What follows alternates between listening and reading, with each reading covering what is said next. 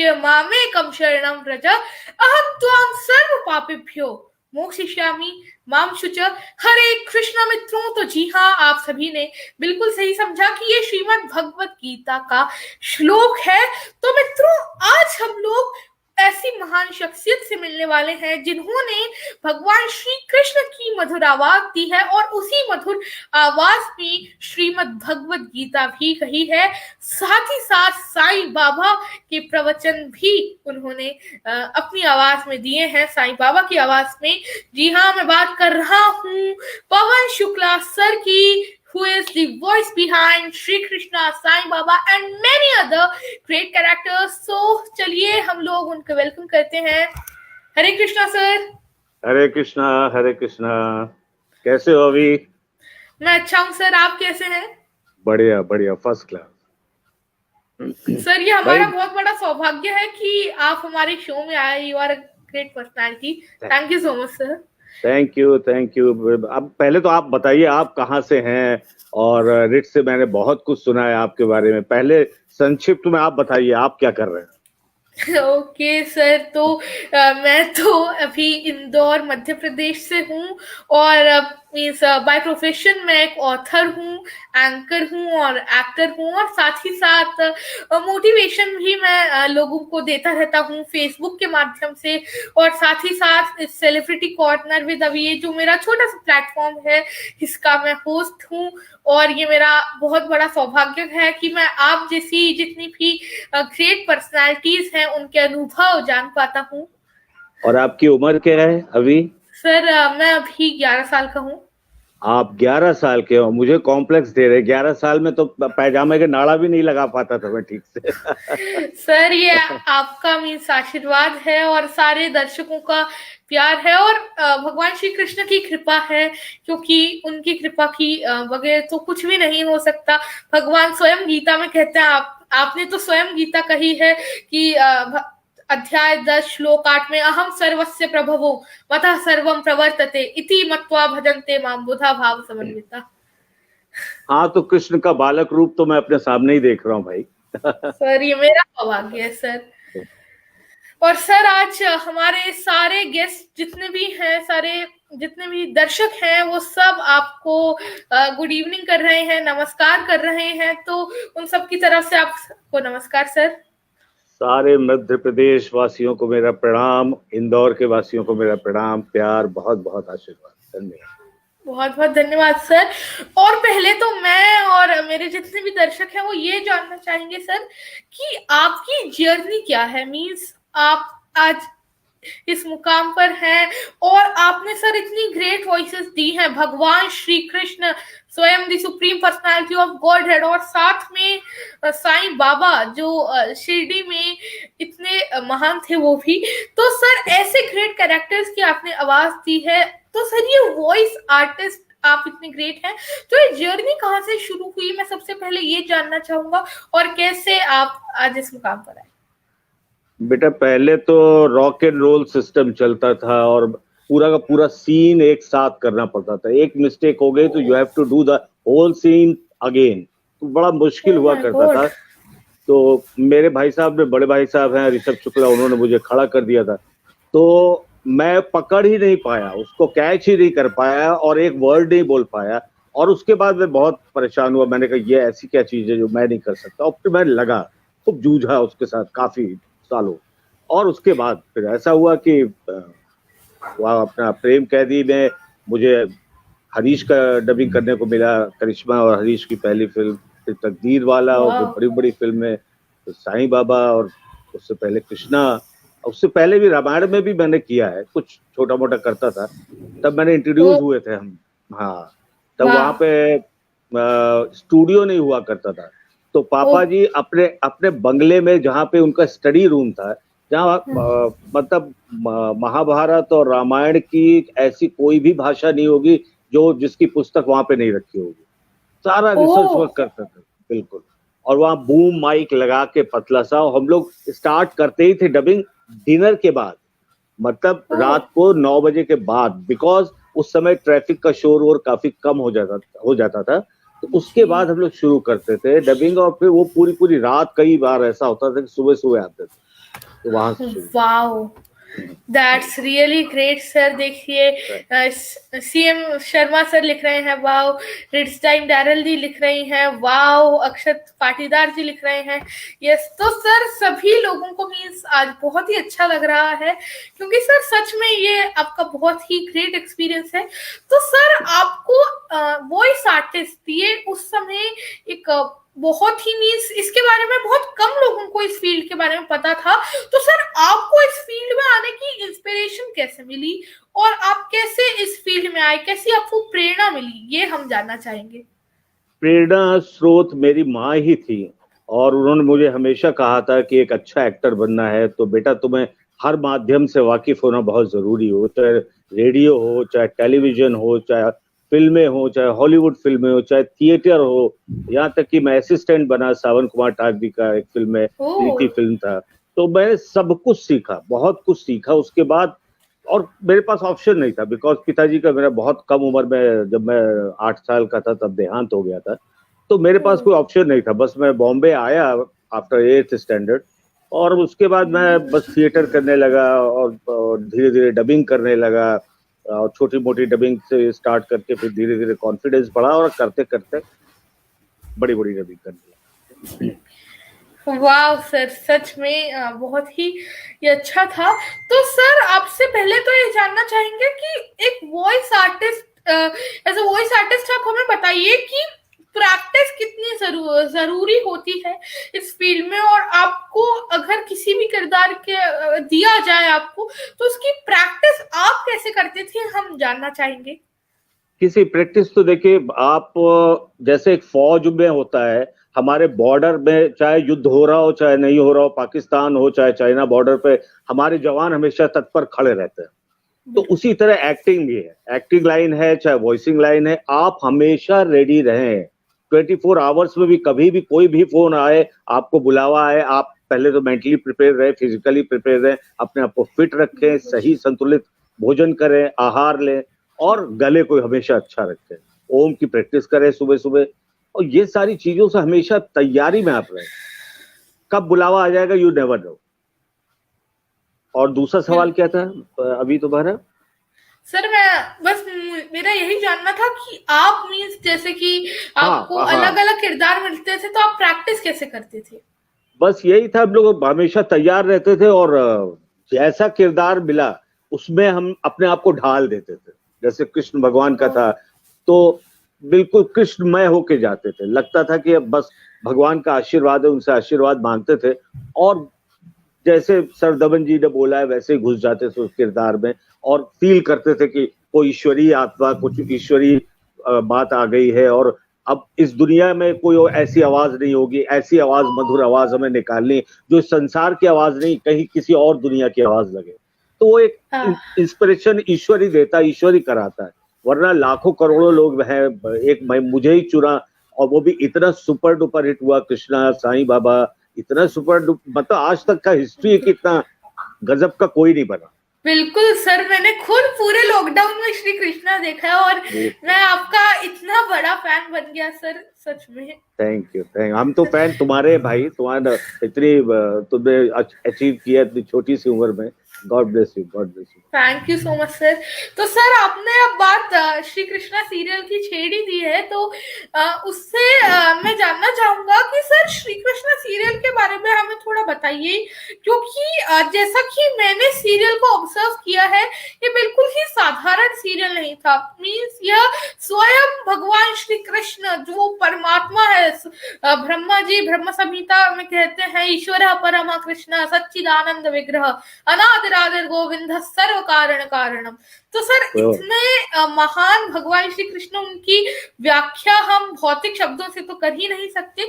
तो सर इतना ये डिवाइन सीरियल था, तो इसमें पहले आप बताइए कि आपकी रामानंद सागर सर से जो इतने महान हैं, उनसे आपकी भेंट कैसे हुई? आपका मीन्स आप कैसे श्री कृष्ण की आवाज के लिए चुने गए? आप मीन्स कैसे आपने आवाज दी? तो ये सब मैं जानना चाहूंगा सर आपसे, क्योंकि मुझे बहुत ज्यादा मीन्स इंक्विजिटिव हूँ मैं, बहुत ज्यादा क्यूरियस हूँ इस पर्टिकुलर टॉपिक के लिए। आप बताइए सर। हाँ बेटा, उससे पहले मैं काफी अभी काम वाम कर चुका था, मेरा नाम जी। हो गया था, लोग जानने लगे थे कि कम उम्र का लड़का है जो बड़ी अच्छी डबिंग करता है।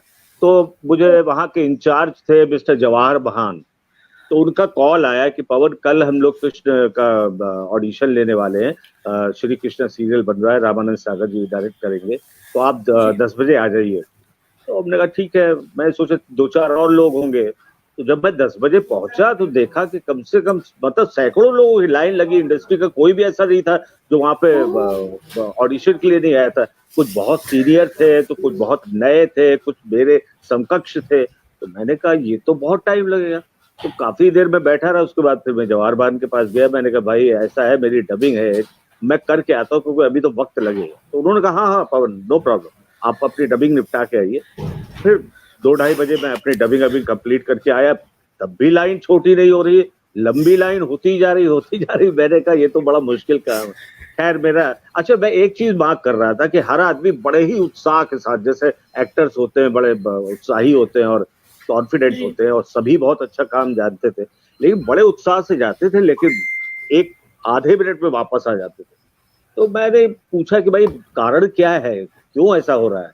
तो कह रहे हैं कुछ नहीं पवन भाई, हम अंदर जाते हैं, पेपर वहां पे रखा रहता है, वो जवाहर बान कहते हैं बस टाइम मत लो, फटाफट बोलना शुरू करो। और जैसे ही एक लाइन बोलते, 2 लाइन बोलते, वो कहते हैं बस बस थोड़ा रिकॉर्ड कर लिया, अब जाइए हम बताएंगे आप।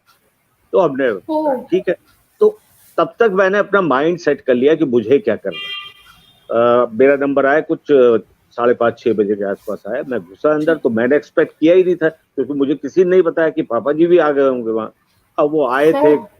जुगिया वस्त्र, एकदम लुंगी उनकी जुगिया, और जुगिया कुर्ता, और रुद्राक्ष की बहुत सारी मालाएं, मतलब एकदम ही विराट स्वरूप था पापा जी का। तो मैं ओह! जैसे गया, प्रणाम किया, जल्दी से बैठा अपने अंदर रिकॉर्डिंग रूम में गया, वहां जी। पेपर रखा, तो जौहर भान फटाक से बोले, रुद्रा जी थे हमारे रिकॉर्डिस्ट सारथी है हमारे, तो वो जी। फटाक से बोलने लगे जल्दी करो पापा जी के पास टाइम नहीं है, वो जो पेपर रखा है बस उसको उठाओ, पढ़ना शुरू करो। तो जी। मैं फिर भी पढ़ने लगा, मैंने थोड़ा इग्नोर किया, मैं अपना देखने लगा। कह रहे पवन क्या कर रहे हो, पापा जी के पास टाइम नहीं बेटा, जल्दी करो। मैंने कहा, 1 मिनट सर जवाहर बान जी प्लीज, ये कृष्ण के डायलॉग है, अगर मैं गलत नहीं हूँ। तो कहने लगा अरे आपको पता नहीं सुबह से ऑडिशन चल रहा है कृष्ण का। तो मैंने कहा सर मैं तो समझ रहा हूँ कृष्ण भगवान क्या कह रहे हैं, मैं अगर कृष्ण करूंगा एटलीस्ट मुझे समझने तो दीजिए, कृष्ण क्या कह रहे हैं, लाखों करोड़ों को ओह! मैं क्या क्या समझाऊंगा, मुझे तो कृपया समझ जाने दीजिए। हाँ। तो पापा जी धीरे से झुके, उन्होंने बटन दबाया, पुत्र टेक योर ओन टाइम। अब उन्होंने बोल तो दिया, लेकिन मेरी तो धड़कनें बढ़ी हुई थी और मैं जल्दी जल्दी पढ़ना शुरू किया। अब वो आधे ही मिनट में जवाहर बान फिर पवन हो गया रेडी रेडी, वो कंटिन्यूस बोल ही रहे थे। फिर काफी देर बाद फिर मैंने कहा कि चलिए सर मैं कोशिश करता हूँ, 2 मिनट 2.5 मिनट लिया होगा मैंने। जी। तो कहने लगे बोलो। अब मुझे लग रहा था कि अभी जैसे मैंने सुना था सारे वो वॉइस आर्टिस्टों से कि ये अब 1-2 लाइन बुलवाते हैं, उसके बाद कहते हैं जाओ बताएंगे। तो मैं बैक ऑफ माइंड चल रहा था कि मैं 2 लाइनें बोलूंगा, ये अभी कहेंगे जाओ जाओ हमने रिकॉर्ड कर लिया। अब पूरा मैंने अपने आप को कंट्रोल किया, पूरा कृष्णमय हो गया, फील किया, भगवान का आशीर्वाद लिया और मैंने बोलना शुरू किया। और मैं बोल रहा हूँ, बोलते बोलते पूरा पेज में बोल गया। और हाँ। मैं यही सोच रहा हूँ कि मैं तो सबसे सुना था 1-2 लाइन में कट कर देते हैं। अब मैं पूरा पेज बोल दिया, सामने देख रहा हूँ तो मिरर के उधर से मुझे दिख रहा है पापा जी और जवाहर भान और रुद्रा जी, सारे लोग सन्नाटे में। काफी देर तक सन्नाटा छाया रहा। उसके बाद धीरे से पापा जी झुके, बटन दबाया, पुत्र you are my Krishna final, और कह के चले गए ओह! पापा जी। My God! तो उन्होंने अमेजिंग सर। डिसाइड कर लिया कि अब पवन ही करेगा ये करेक्टर, उसके बाद चले ही गए वो। तो जवाहर बान बोले नहीं नहीं रुको, इतनी लंबी लाइन है, तुम इंतजार करो, बाहर बैठो, सब लोग बुरा मान जाएंगे, बहुत सारे लोग आए हुए हैं। तो ऐसे ही शुरुआत हुई थी।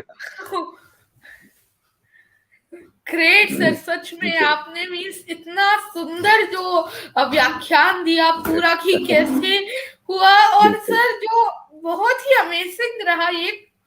तो सर मैं आपसे जानना चाहूंगा कि जब श्री कृष्ण का आप ये मधुर आवाज करते थे तो आपके मन में क्या रहता था और आपके मस्तिष्क में क्या रहता था जो आपकी जुबान पर आता था और हम सब लाखों करोड़ों दर्शकों को, लाखों करोड़ों भक्तों को जो हम भगवान कृष्ण के मुख से सुनते थे, तो सर आपके मन और मस्तिष्क में क्या रहता था ये जानना चाहेंगे। सबसे पहले तो यही था कि मुझे पहले तो सर दमन जी का स्टाइल क्या है, पहले तो उनका तरीका क्या है, बोलने का अंदाज क्या है, किस शब्दों पे वो स्ट्रेस करते हैं तो वहां पे अंडरलाइन कर लिया, किन शब्दों को जल्दी बोल जाते हैं, किन शब्दों में ठहराव रखते हैं, तो उनका स्टाइल सुना एक दो बार मैंने, बहुत काफी उसको आत्मसात किया। उसके बाद फिर मैंने अपना कृष्णमय वॉइस देने की कोशिश की और मुझे बोला गया था पापा जी की तरफ से। और इससे पहले हुआ क्या था कि ये बात मैंने आज तक किसी को नहीं बताई, एक दो एपिसोड आए थे कृष्ण के जो सर दमन जी की आवाज किसी और ने डब की थी, तो शायद कोई बात रही होगी, कुछ किसी वजहों से पसंद नहीं आया होगा या जो भी कारण रहा होगा, उसके बाद फिर मुझे बुलाया गया, ये ऑडिशन हुआ लंबा चौड़ा। तो फिर खैर वो शुरुआत में हमेशा कृष्ण में, उसके बाद पहले तो सर दमन जी का सुन लेता था, समझ लेता था उनके पॉजेज और सब कुछ, उसके बाद फिर मैं अपने आप को पवन शुक्ला से उतार के कृष्णमय होकर एकदम उनका स्टाइल बोलने का और कृष्ण भगवान की आवाज, उन दोनों को आत्मसात करके एकदम करेक्टर में घुस जाता था और फिर आवाज निकलती थी कृष्ण की। वाह। और सर वही आवाज लाखों करोड़ों भक्तों तक पहुंचती थी जो आपकी इस मधुर आवाज को सुनकर ही अपने आप को बहुत ही तृप्त समझते हैं, और उसमें से एक मैं भी हूँ। और आज ये मेरा अखंड सौभाग्य है कि आपका मुझे साक्षात्कार हो रहा है। तो सर आपने जैसा कि बताया कि सरदमन सर का एक अलग ही स्टाइल था, मीन्स उनकी एक अलग मुस्कुराने का एक अलग स्टाइल था, उनके जो लिपसिंग का एक अलग स्टाइल था बोलने का। तो सर मैं जानना चाहूंगा कि बहुत लोग कभी कभी कंफ्यूज हो जाते हैं, मीन्स आपकी आवाज उनसे इतनी मिक्स हो गई थी, उनकी लिपसिंग के साथ इतनी मिक्स हो गई थी कि जब मैं कृष्णा देख रहा था तो एक बार को तो मैं भी कंफ्यूज हो गया था, और बहुत लोग कंफ्यूज हो भी जाते हैं कि क्या श्री कृष्णा और साईं बाबा में आपकी ही आवाज है। और सर देखिए हमारे यहाँ विनीता मैम भी जुड़ी थी, उन्होंने भी यही प्रश्न पूछा है, but sometimes we confuse that this is your voice. तो सर आप बताइए, आप इस कंफ्यूजन को दूर कीजिए, क्या ये आपकी ही वॉइस है? क्योंकि बहुत लोग ऐसा समझते हैं कि नहीं नहीं ये सरदमन जी की ही आवाज है, नहीं ये मुकुल जी की ही आवाज है। तो सर आप इस कंफ्यूजन को आज क्लियर कर दीजिए हमारे इस माध्यम से। ये तो दर्शकों का मैं कॉम्प्लीमेंट मानता हूँ कि वो मानते ही नहीं कि मैंने सरदमन जी की डबिंग की, मैंने मुकुल नाथ जी के लिए डब किया। अच्छा जो आर्टिस्ट होता है ना बेटा, बहुत जरूरी है एक वॉइस आर्टिस्ट को अच्छा आर्टिस्ट होना।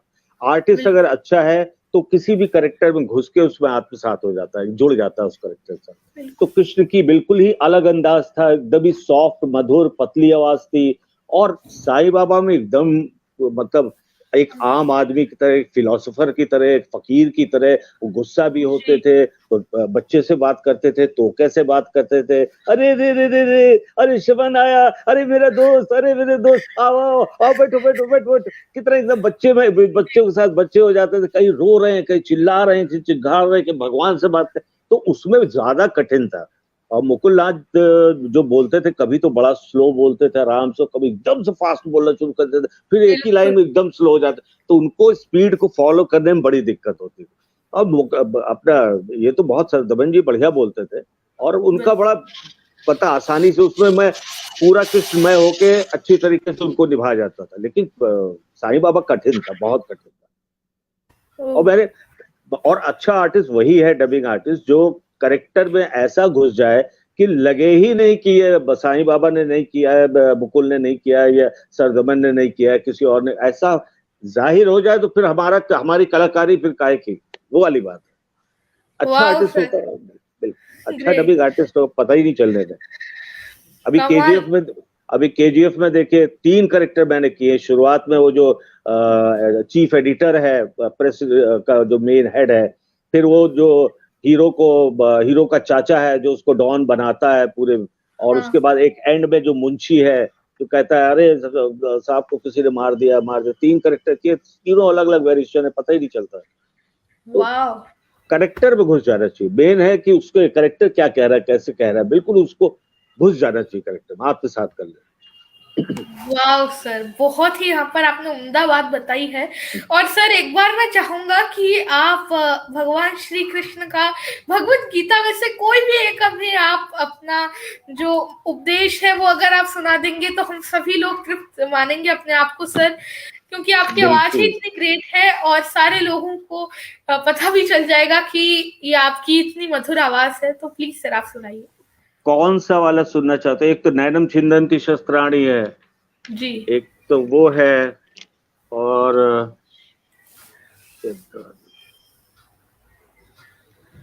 नैनम छिंदन्ति सुना दूं मैं? वही बिल्कुल सर, बहुत ही या सारे दर्शकों को अच्छा लगेगा। या जी। शिशुपाल वाला है एक मेरे पास जो लिखा है, जो ओ सर आप नैनम छिंदन्ति आप सुना दीजिए हमें। हाँ वो तो रट गया मैं, क्योंकि हर चैनल में इतना बोला है मैंने। ओ, नैनम छिंदन्ति शस्त्राणि नैनम दहति पावकः न चैनम क्लेदन्त्यापो न चोष्यति मारुतः। हे पार्थ, ये आत्मा अजर है, अमर है, अविनाशी है।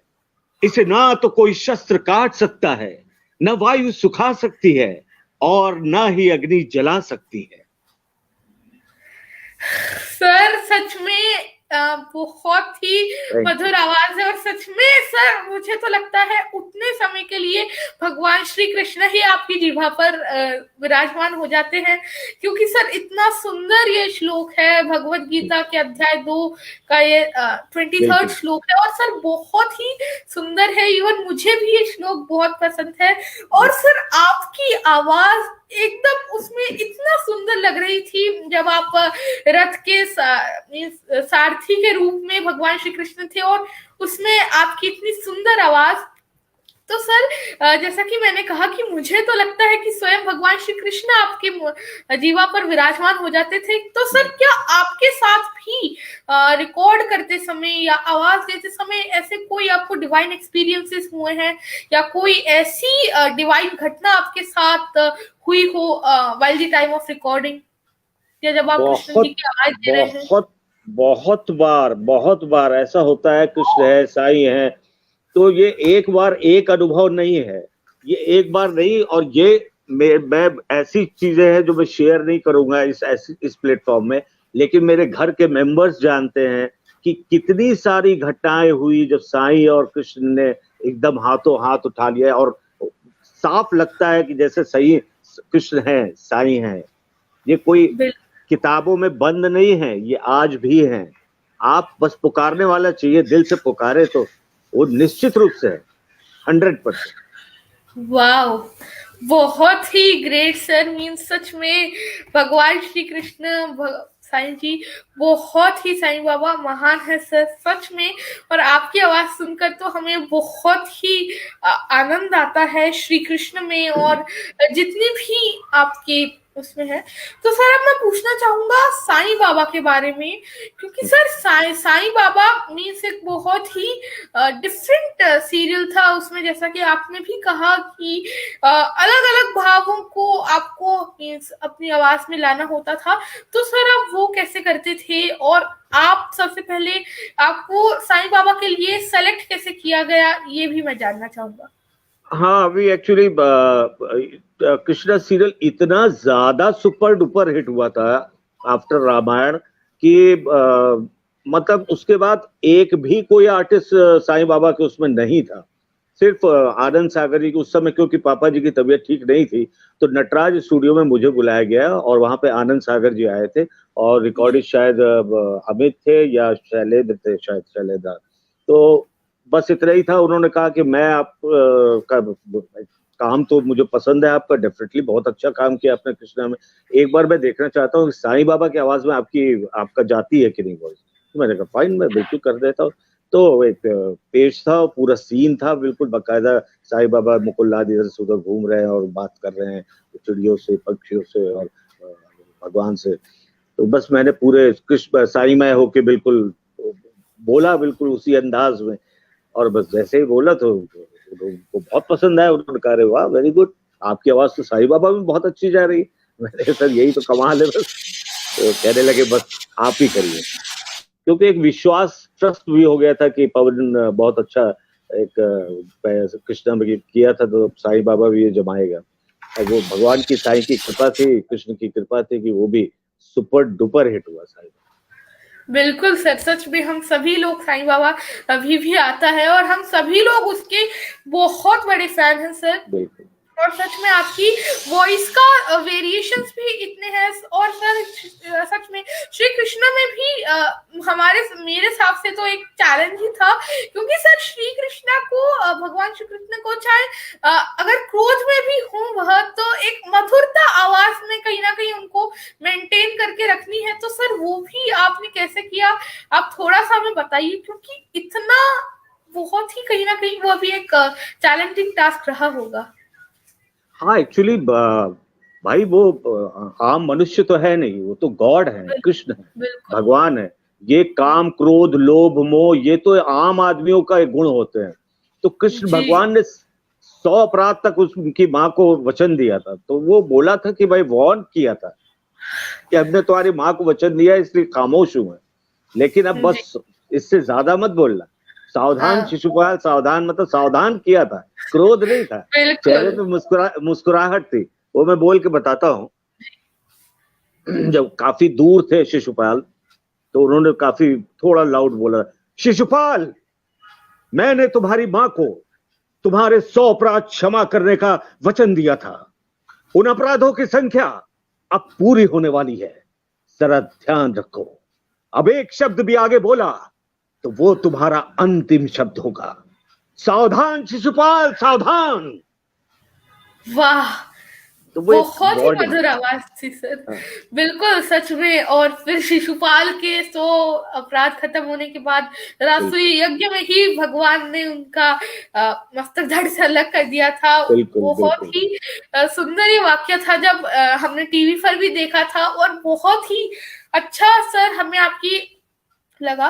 तो सर अब आप बताइए कि आपने मीन्स खाली आपने माइथोलॉजिकल वॉइसेस ही नहीं दी हैं, आपने अलग अलग मूवीज में भी आवाजें दी हैं, आपने बहुत सारे कार्टून्स में भी आवाजें दी हैं। मीन्स जैसे कि अगर हम बात करें हनुमान जी की, या बहुत लोगों को नहीं पता स्टार वॉर्स के बारे में भी, उसके बारे में भी हम सर से अलग से पूछेंगे। तो सर आपने इतने अलग अलग मीन्स हम बोल सकते हैं सेक्टर्स में वॉइसेस दी हैं। एक माइथोलॉजिकल बिल्कुल ही थोड़ा डिवाइन अपना रखना पड़ता है, और एक बिल्कुल ही बच्चों का। तो सर आप अपनी इतनी डिफरेंट वॉइसेस कैसे देते हैं, और वॉइस में इतने मॉड्यूलेशन जो इतने सुंदर लगते हैं वो कैसे लाते हैं सर?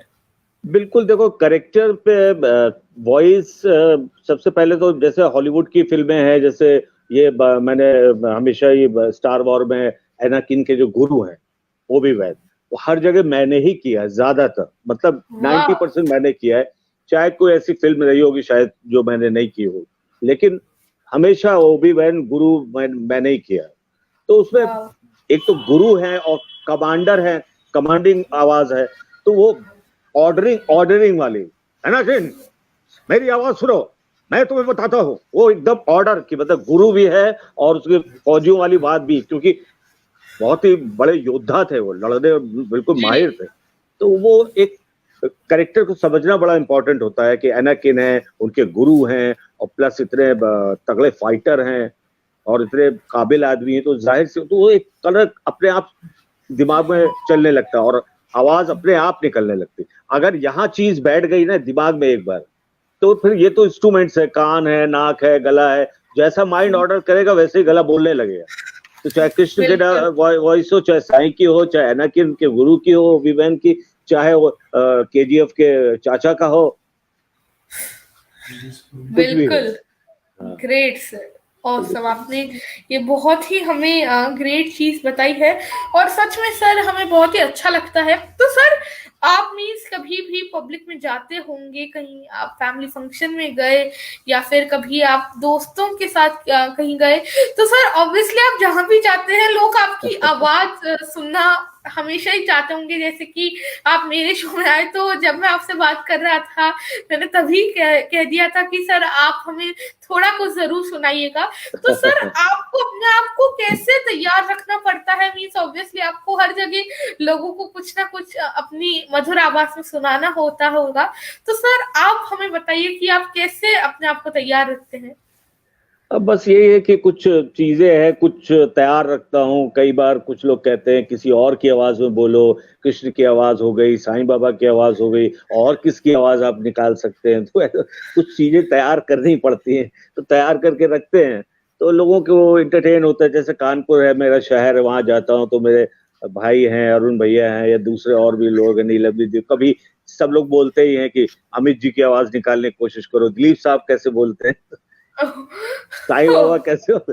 तो मैंने उनसे कहा भी भाई मैं मिमिक्री आर्टिस्ट नहीं हूँ, लेकिन फिर भी कभी कभी इंटरटेनमेंट के लिए उनको सुना देता हूँ। हाँ, ग्रेट सर। तो सर मीन्स बहुत लोगों को मीन्स ऐसा लगता है कि डबिंग सर, जैसा कि आप अभी एक डबिंग आर्टिस्ट हैं, तो क्या कभी आपको ऐसा लगा कि इस डबिंग की वजह से कहीं ना कहीं आपका फेम कम हो रहा है, आप पर्दे के सामने नहीं आ पा रहे हैं? क्योंकि बहुत लोगों के मन में ऐसी मानसिकता रहती है। हाँ तो डबिंग, आपके इस पर क्या व्यूज है? हाँ एक्चुअली आई हैव स्टार्टेड, मतलब मैंने अपना करियर जो शुरू किया था एज ए एक्टर शुरू किया था, और बॉम्बे दूरदर्शन की फिल्म ढहती बुनियादें, जिसमें हमारी हीरोइन थी उर्मिला मातोंडकर, जो आज की टॉप हीरोइन है और सांसद भी बन गई है अब तो। और पेइंग गेस्ट जो राशि प्रोडक्शन का है, उसके एपिसोड नंबर 19 मैंने किया था, पेइंग गेस्ट राशि प्रोडक्शन का। तो शुरुआत मैंने एक्टिंग से की थी, लेकिन होता क्या था उस समय काफी चैनल थे नहीं, कुछ था नहीं, सिर्फ DD1 DD2 यही थे। तो बड़ा गैप आता था, 2 महीने 3 महीने, पता चला बैठे हैं, कुछ काम नहीं हो रहा है, कुछ नहीं। तो उसी में मैंने फिर वॉइसिंग शुरू किया। वॉइसिंग जब शुरू की तो बहुत काम, मतलब डे नाइट वॉइसिंग में बिजी हो गए। तो लेकिन उससे एक चीज अच्छी भी कह सकते हैं, गलत भी है, ये तो तय करने वाला ईश्वर होता है, क्योंकि फिर मेरा एक्टिंग का छूट गया है। एक्टिंग के ऑडिशन में जा ही नहीं पाता था, वक्त ही नहीं मिलता था उस समय। अब तो मैं दे देता हूँ ऑडिशन। तो कहीं ना कहीं एक्टिंग छूटती गई और डबिंग बहुत ज्यादा होती गई, ये हुआ। बिल्कुल सर, कहीं ना कहीं वह तो हमें ईश्वर ही रास्ता दिखाता है। और यहाँ पर बहुत सारे लोग हमारे साथ जुड़े हैं, सीएम सर लगातार जुड़े हैं, अक्षत हमारे साथ जुड़े हैं, सुहेल जुड़े हैं, लवली जुड़ी हैं, रिद्धि जुड़ी हैं, और साथ ही साथ सर प्रियाशा मैम भी मेरे साथ जुड़ी हैं, और मेरे सर अनिकेत राज सर भी जुड़े हैं, और वह लिख रहे हैं बचपन की यादें ताजा हो गई आवाज सुनकर। तो आप दोनों को मेरा नमस्कार मैम और सर। और सर सच में देखिए, हम सभी आपकी आवाज के बहुत बड़े फैन हैं। और सर मेरे मन में एक और मीन्स जानने की इच्छा है कि भगवत गीता सर, यह तो बहुत ही महान ग्रंथ है, जो 700 श्लोकों में भगवान ने पूरा इस हमारे जीवन का सार बताया है। भगवान ने बताया कि हम कौन है, परमात्मा कौन है, हमारा परमात्मा का संबंध क्या है, हमारा कर्म क्या है, भक्ति क्या है, हम भक्ति कैसे सरल तरीके से कर सकते हैं, मोक्ष के मार्ग क्या है। इतने सारे सवालों के जवाब भगवान ने 700 श्लोकों में दिए हैं। बहुत ही महान ग्रंथ है। तो सर पहले मैं जानना चाहूंगा आपके क्या व्यूज हैं इस ग्रंथ पर, भगवत गीता पर, क्योंकि आपने तो स्वयं भगवत गीता कही है। और सर मैंने देखा बहुत एपिसोड कहीं ना कहीं खाली भगवत गीता पर ही फोकस किया, और वो एपिसोड्स पर्सनली मेरे फेवरेट हैं। तो सर आपसे जानना चाहूंगा। भाई आज के कलयुग में आपके मन में कोई भी परेशानी हो, XYZ किसी भी चीज से आप निष्कर्ष नहीं मिल रहा है, आपको अपने प्रश्नों के जवाब कहीं से नहीं मिल रहे हैं, कोई गुरु नहीं मिल रहा है, कोई बताने के लिए नहीं मिल रहा है, तो आप जस्ट एक कहीं से भी कोई भी एक पन्ना पलट के देख लीजिए। आप गीता की 18 अध्याय में कहीं भी कोई एक पलट के देख लीजिए। आपको अगर आपके प्रश्न का उत्तर न मिल जाए तो बोलिए, आप शांत हो जाएंगे। जितने भी विचलित हो गए आप बिल्कुल शांत हो जाएंगे। और मैंने तो सुना है कि अमिताभ बच्चन जी, महानायक जी, वो तो हमेशा अपने पास एक छोटी सी गीता रखते हैं। और मेरी सिस्टर ने बताया कि वो एक 5-7 स्टार होटल है, वहां पे गए थे, तो वहां पे मैनेजिंग पोस्ट पे थी मेरी बहन चिंकी, तो उसने बताया कि पूरा होटल हम लोग साफ करवा देते थे, उनका कमरा अमरा पूरा सब साफ करवाते थे, लेकिन एक टेबल थी जहाँ पे कॉर्नर में उन्होंने गीता रखा था, जहाँ फूल मालाएं अगरबत्ती वो खुद ही स्वयं जलाते थे, उस टेबल को छूने की इजाजत किसी को नहीं थी। वो कहते थे यहाँ कोई हाथ नहीं लगाएगा। जया जी ने भी बोला कि इस टेबल को मत छूजिए। तो मतलब इतना ज्यादा मानते हैं वो। और ये बात उन्होंने कही भी है किसी प्लेटफॉर्म में कि जीवन में कोई भी आपको तकलीफ है, कोई भी बात है, गीता का कोई भी पन्ना पलट लीजिए, आपको अपने प्रश्न का जवाब मिल जाए।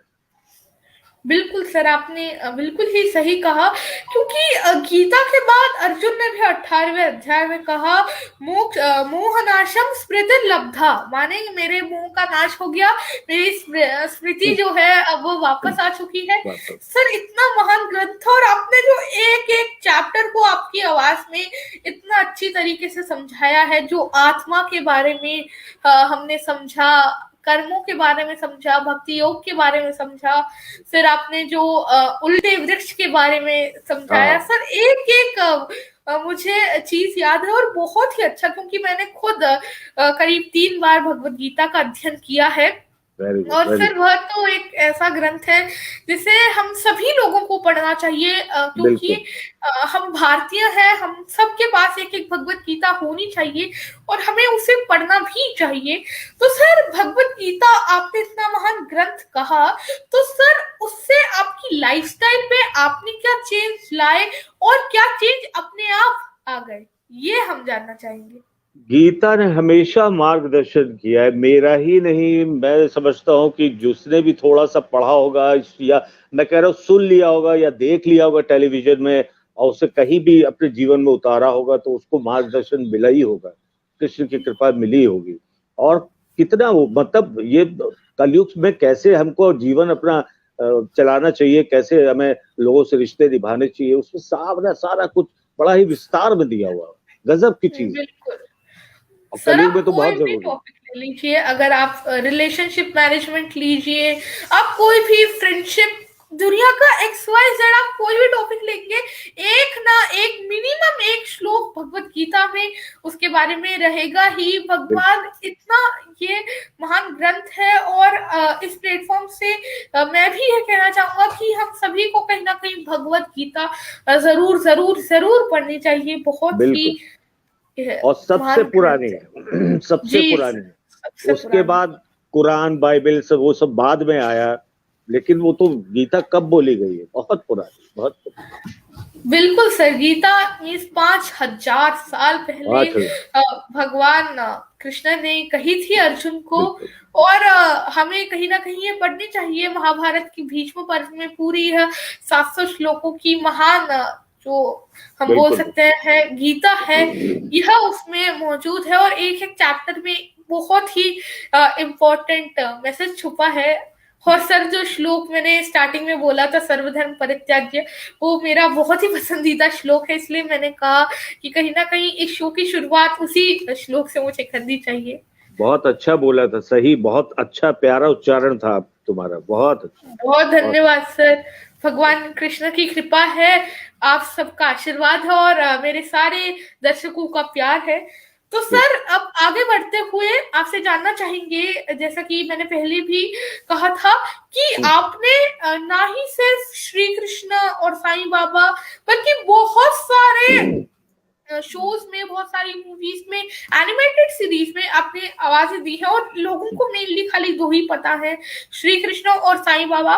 तो सर आज आपसे जानना चाहेंगे, क्योंकि आज मैं IMBD.com पर जब रिसर्च कर रहा था, पूरे जब मैंने आपका पढ़ा, तो इतने सारे मुझे शोज मिले जो मैं खुद देखता हूँ, बट मुझे अंदाजा भी नहीं है कि ये आपकी आवाज है। तो सर उनमें से कुछ आप हमें बताइए प्लीज सर।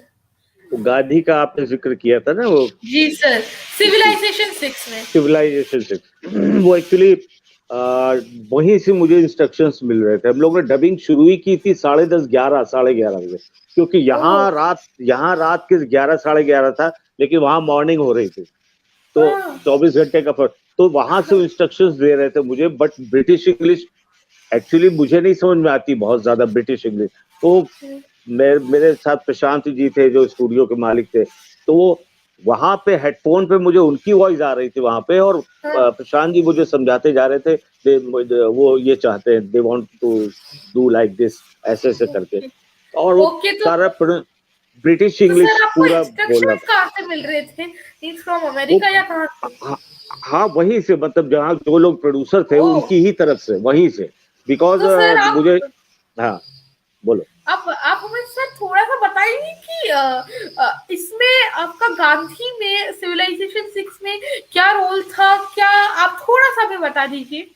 उसमें गांधी की ही वॉइस थी, गांधी की ओह! वॉइस मैंने ही की है, और वो भी ब्रिटिश इंग्लिश में करनी थी। तो ओह! उसका प्रोनाउंसिएशन और वो सारी चीजें, हम लोगों के जो इंग्लिश होता है उसका प्रोनाउंसिएशन डिफरेंट होता है, उनका उच्चारण यस, अलग होता है, ब्रिटिश एक्सेंट अलग होता है। तो वो यस सर। वहां से इंस्ट्रक्शंस मुझे दे रहे थे, एक एक लाइन का, एक एक वर्ड का इंस्ट्रक्शंस दे रहे थे, और फिर प्रशांत जी थे, उन्होंने हेल्प की। इस तरीके से सारा वो हो पाया, पूरी 3-4 घंटे लग गए थे उसमें। वाओ! मतलब ऑलमोस्ट सर सुबह हो गई थी। हाँ, ग्रेट। सर साथ ही साथ आपने हनुमान में भी विभीषण जी की वॉइस दी है, इफ आई एम नॉट हाँ रॉन्ग। हो सकता है, मैं एक्चुअली देखा होगा तुमने, जी सर, मैंने पढ़ा है करके भूल आपने जाता हूँ। हनुमान में भी विभीषण की वॉइस दी है, और साथ ही साथ सर आपने बहुत सारे सीरियल्स में, जैसा कि मैं पढ़ रहा था बाहुबली में भी द लॉस्ट लेजेंड्स हाँ, में आपने खान की वॉइस दी है। तो सर सच में बहुत ही ग्रेट है सर आप। और भी कुछ सीरियल्स हों, क्योंकि देखिए साइट्स पर तो लिमिटेड इंफॉर्मेशन ही रहती है। और कौन कौन से मीन्स फेमस सीरियल्स में आपने अपनी वॉइस दी है या एक्टिंग की है? एक जैनियों के गुरु हुआ है, स्वामी नारायण। वो स्वामीनारायण जी। स्वामी नारायण जी, उनका भी सीरीज बहुत लंबा चला था, जो रामानंद सागर जी के ही अंडर में सारा हुआ था। तो क्या उन्होंने कहा था कि मुझे कृष्ण की ही आवाज चाहिए, तो स्पेशली मुझे बुलाया गया था। तो स्वामी ओह, नारायण जी का पूरा लंबी सीरीज थी, वो सारी मैंने की थी। तो ऐसे बहुत, अब पहली बार जब मैं बहुत छोटा था तब पेइंग गेस्ट, सॉरी अपना प्रेम कैदी, उसमें हरीश और करिश्मा की पहली फिल्म, उसमें पहली बार ओह, मैं जब बहुत छोटा था थिएटर कर रहा था, तो वहां से किसी ने मुझे देखा, और उस वही एज ग्रुप थी, 18 साल 19 साल। तो उन्होंने कहा कि ये लड़का ही देखे कर पाएगा कि नहीं। तो रात को आए वो 10 साढ़े 10 बजे, तो कहने लगे ओह, कि सब सफेद कपड़ों में खड़े थे, कहने लगे मैं डी रामा नायडू का मैनेजर हूँ, राजेश हूँ। वो एक लड़का है जो भी, जो मैं प्ले में देखा मैंने, जरा आप उसको बुला देंगे। तो भैया थे, उन्होंने बुलाया। तो बैठे, उन्होंने एक पेपर दिया, कहने लगे इसको विद एक्सप्रेशन पूरे इमोशंस के साथ आप बोल दीजिए। तो मैंने पढ़ा उसको अच्छी तरीके से, उन्होंने एक टेप रिकॉर्डर में रिकॉर्ड कर लिया, और कहने लगे आप लोग सोते तो नहीं है रात में जल्दी? मैंने कहा नहीं, बॉम्बे में कौन जल्दी सोता है। तो कहते मैं आधे घंटे में आता हूँ। तो कह रहे, हम लोगों ने कहा ठीक है। वो गए, और वो सुनाया होगा, डी रामा नायडू जी को सुनाया होगा, भेजा होगा, जो भी किया होगा, जी। उनकी टेक्नोलॉजी जो भी है। उसके बाद वो टिकट ला के मेरे हाथ में रख दिया, और कहने लगे कल की शाम की फ्लाइट है, आप हैदराबाद जा रहे हैं। तो वो एक बड़ा अजीब ओह, एक्सपीरियंस था। फर्स्ट टाइम मैं अकेले, 18 साल का लड़का, 18-19 साल का, तो अकेले फ्लाइट से, और मेरी ही उम्र का हरीश थे जो सेम, तो उनको वही लड़का चाहिए था, तो वो फटाफट काम हो गया। And they were very impress, इतना ज्यादा खुश हुए कि कह रहे, वो तो वहाँ साउथ इंडियन स्टाइल में इंग्लिश भी बोलते हैं ना। तो हाँ, तो उसी तरह, can you sir arrange all artist from Bombay, you have seen the whole film, तो please arrange every artist from Bombay. तो हमने कहा फाइन सर, कर देता हूँ। तो भाई वहां से कॉल वॉल किया, डायरी वायरी मंगाई, सबको, सारे आर्टिस्टों को बुलाया। तो प्रेम कहते कि सारी डबिंग मैंने तो की, मतलब हरीश की तो की, लेकिन पूरी फिल्म की डबिंग मैंने करवाई थी, सारा करवा के फिर। वाह, और उसके बाद तो जो फिल्म आई थी उनकी, उन्होंने अपने बेटे को लॉन्च किया था, डी रामा नायडू के बेटे वेंकटेश जी को। तो वो फिल्म मैंने ही की थी, वाह, तकदीर तकदीर वाला। तो उनके ग्रेट लिए भी, सर, हाँ। और ग्रेट साउथ की तो सर। बहुत सारी, जैसे उत्तम मोहंती एक बहुत बड़े कलाकार थे, उड़िया हाँ, फिल्म के, उत्तम मोहंती। उनकी हिंदी फिल्म आई थी नया जहर, नया हीरो थे उसमें। तो वो फिल्म भी मैंने की थी बहुत। ओके। हाँ, तो बहुत सारे साउथ के, तो बहुत सारी, हमेशा ही मैं हैदराबाद, चेन्नई और ऐसे जाया करता था फ्लाइट से, और बहुत सारी फिल्में की, बहुत सारी। वाह, हाँ, ग्रेट सर। और सर आपने शाल्फ शाल्फ कुमार का भी कैरेक्टर किया था महाभारत में, तो उसका हाँ। थोड़ा एक्सपीरियंस बता दीजिए सर, क्योंकि बी.आर. सर का वो बहुत ही महान सीरियल था जो हम सबको याद है, वो यदा यदा ही धर्मस्ते वाला सॉन्ग, बिल्कुल और जो बिल्कुल आता था बहुत ही सुंदर बिल्कुल। था वो भी सर। तो आपने मीन्स कैसा एक्सपीरियंस रहा था शाल्क कुमार के कैरेक्टर में, वो हम जानना चाहेंगे। हाँ, उसके तो ऑडिशन चले, मतलब साल 1.5 साल तो केवल ऑडिशन हुए थे यहाँ ओ फिल्मालय स्टूडियो। हाँ, तो एक एक करेक्टर को नगीने की तरह चुना गया था। तो साल 1.5 साल गुफी पेटल भाई और हम सब लोग अक्सर ही जाना होता था फिल्मालय। कभी हम लोग का लुक टेस्ट होता था, कभी वो देखते थे कि किस तरीके से कपड़ों के साथ कैसे होगा और डायलॉग के साथ कैसे होगा, फिर को आर्टिस्टों के साथ कैसे होगा, अम्बा के साथ मैं कैसे शाल नरेश मिलेंगे और तो कैसे लगेगा। हाँ तो अम्बा को खड़ा करके मुझे बहुत हाँ महीनों होने के बाद कई 3 4 5 6 बार करवा के उसके बाद एक एक आर्टिस्ट को फाइनल करके गोपी भाई फिर भेजते थे, रवि जी, और फिर सब लोग देखते थे, डिसाइड करते थे। बड़ा लंबा प्रोसीजर था, 1.5 साल चली उसकी। ओ और उसमें 1.5 साल 1.5 साल और काफी काफी मतलब आर्टिस्ट थे उसमें, तो बहुत सारे आर्टिस्ट थे। सर, और कहीं ना कहीं इसलिए ही आउटकम जो हमें देखने को मिला टीवी पर, वो मीन्स नीतीश सर और सारे मुकेश सर, आप सारे मीन्स इतने दिग्गज थे उस एक सीरियल में। और सर सच में वो ग्रंथ भी इतना महान है, माने स्वयं भगवान कृष्ण के अवतार भगवान वेद व्यास जी ने उसको कंपोज किया है, और भगवान गणेश जी ने उन्हें उसे लिखा है, तो इतना महान ग्रंथ था यह। सच बिल्कुल में सर बिल्कुल बिल्कुल। बहुत ही ग्रेट। और हमारे पास रेड डाइम डैरल जी की एक रिक्वेस्ट आ रही है, लिख रही हाँ है, प्लीज अभी से to sir that we wanna listen Sai Baba's voice. तो हाँ, सर साईं बाबा का ये कुछ साईं उपदेश बाबा की हो। बहुत बड़ी भक्त है भाई हमारी बिल्कुल, रिट्स। और सर मैं खुद भी भक्त हूँ साईं बाबा का, तो आप प्लीज कोई अच्छा सा उपदेश हमें सुनाइए। हाँ, और सर लास्ट में वो सबका मालिक एक आप जरूर बोलिएगा, बहुत ही बिल्कुल सुंदर। बिल्कुल बेटा, बिल्कुल बेटा, बिल्कुल।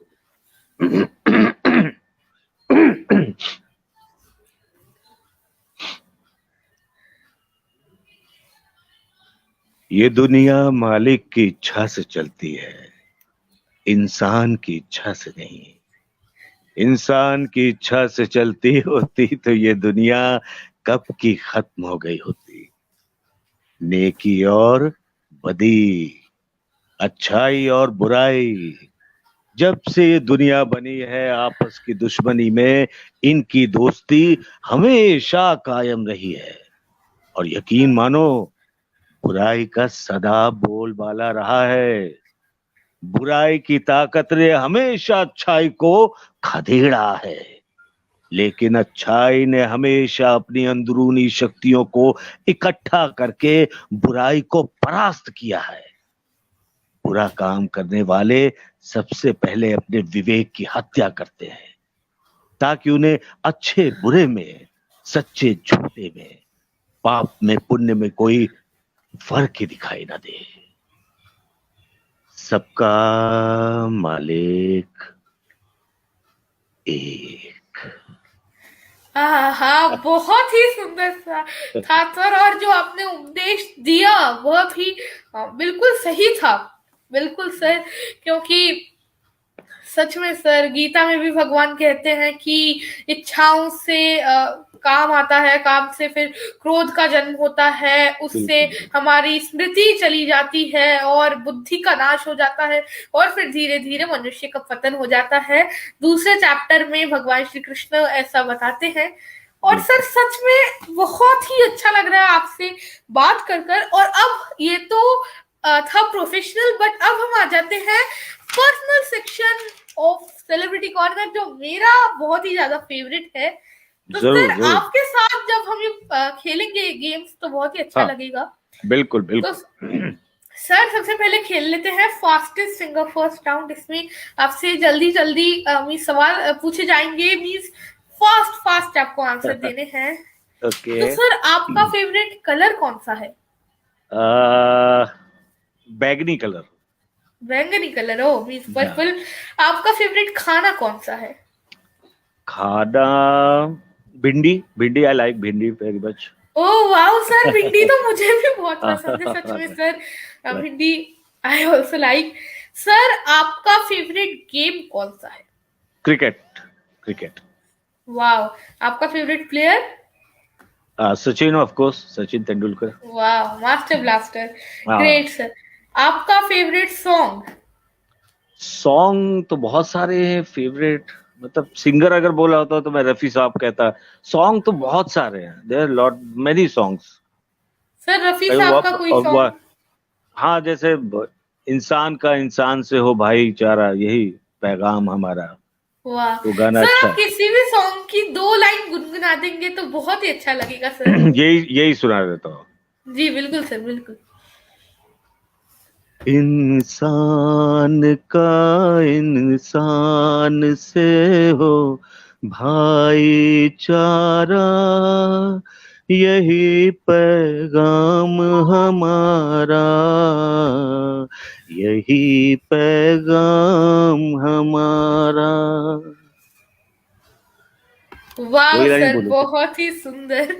बिल्कुल सर, आपने लेकिन इन 2 लाइनों में ही इतनी मधुर आवाज है आपकी, और उसे जब संगीत में हम लोग फिर होते हैं तो अत्यंत ही उत्कृष्ट आउटकम आता है उसका। तो सर आपसे जानना चाहेंगे आपकी फेवरेट मूवी कौन सी है? फेवरेट मूवी मुगले आजम या मदर इंडिया बोल सकते हैं। हकीकत भी एक देशभक्ति, अगर देशभक्ति की बात करें, हकीकत फिल्म बहुत अच्छी थी। और अकबर की बात करें तो मुगले आजम, अपने देश की बात करें तो मदर इंडिया। अलग अलग टॉपिक की अलग अलग फिल्म्स हैं जो। ओके।